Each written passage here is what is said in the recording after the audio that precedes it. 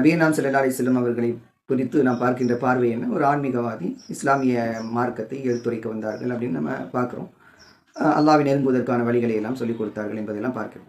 ஆனால் நபிகள் ஸல்லல்லாஹு அலைஹி வஸல்லம் மனித உடல் ஆரோக்கியத்திற்கான வழிமுறைகள் என்ன என்பதையும் நமக்கு காட்டி தந்திருக்கிறார். அவர்கள் காட்டாத துறை கிடையாது. இதில் மருத்துவத்துறை மிக முக்கியமானது.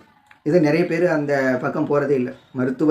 மருத்துவம் சார்ந்து ஒரு பயான் அல்லது மருத்துவம் சார்ந்த நபிகள் ஸல்லல்லாஹு சொல்லியிருக்கக்கூடிய அந்த மருத்துவம் சார்ந்த கருத்துக்களை எடுத்து வைப்பது, கருத்தரங்குகள் நடத்துவது, இது மாதிரிலாம் நம்ம பார்க்கவே முடியாது. காரணம் அது அந்த பக்கமே மக்கள் கவனம் செலுத்தவில்லை. ஆனால் நபிகள் ஸல்லல்லாஹு அலைஹி வஸல்லம் உடல் ஆரோக்கியத்திற்கான என்னென்ன வழிகள் இருக்கின்றனோ அத்தனையும் காட்டி தந்திருக்கிறார்.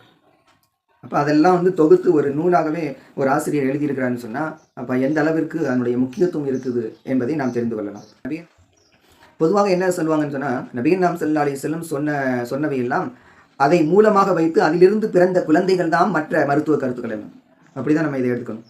அதிலிருந்து பிறந்தவை தான் மற்ற கருத்துக்கள். இன்றைக்கு ஏராளமான மருத்துவ கருத்துக்கள் சொல்லப்படுகின்றன. இன்றைக்கு மக்கள் மத்தியில் பரவலாக உள்ள மருத்துவம் ஆங்கில மருத்துவம், அலோபதின்னு சொல்லக்கூடிய ஆங்கில மருத்துவத்தை தான் மக்கள் நாடி போகிறாங்க. ஒரு காய்ச்சல் வந்துச்சுன்னா உடனே டாக்டர்கிட்ட போகணும், எம்பிபிஎஸ் டாக்டர். அப்போ இப்படி மருத்துவத்தை போக வேண்டும் அப்படிங்கிறது அவங்களுடைய மனதில் அப்படியே பதிவாயிடுச்சு.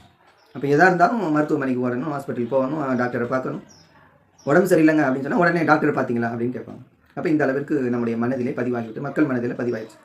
அப்போ இது மாதிரி சின்ன சின்ன விஷயங்களுக்கெல்லாம் மருத்துவரிடம் செல்ல தேவையில்லை, நம்ம வீட்டில் இருந்தே அதை செய்யலாம் அப்படிங்கிறது நம்ம தெரிந்து கொள்ள வேண்டும். ஒரு காய்ச்சல் வந்தால் என்ன, தலைவலி வந்தால் என்ன, அதுக்கு என்ன மருத்துவம் செய்யணும், எப்படி மனிதன் சாப்பிட வேண்டும், எவ்வளவு சாப்பிட வேண்டும் என்பதற்கான வழிமுறைகள் எல்லாம் இந்த நூலில் தொகுக்கப்பட்டிருக்கிறது. அதேபோல் அதாவது நாம் அதிகமாக பயன்படுத்தாத பொருள்கள் எல்லாம் மருத்துவ பொருள்கள். இப்போ தான் தேன் பயன்படுத்துறது கிடையாது. சில பேர் பயன்படுத்துகிறாங்க, வாங்குறாங்க. ஆனால் தேன், பேரிச்சம்பழம், பாதாம், இது போன்ற பல்வேறு பொருட்கள் இருக்கின்றன. அதாவது நம்முடைய உடலை நாமே சீராக வைத்துக் கொள்வதற்கான வழிமுறைகள் இருக்கின்றன.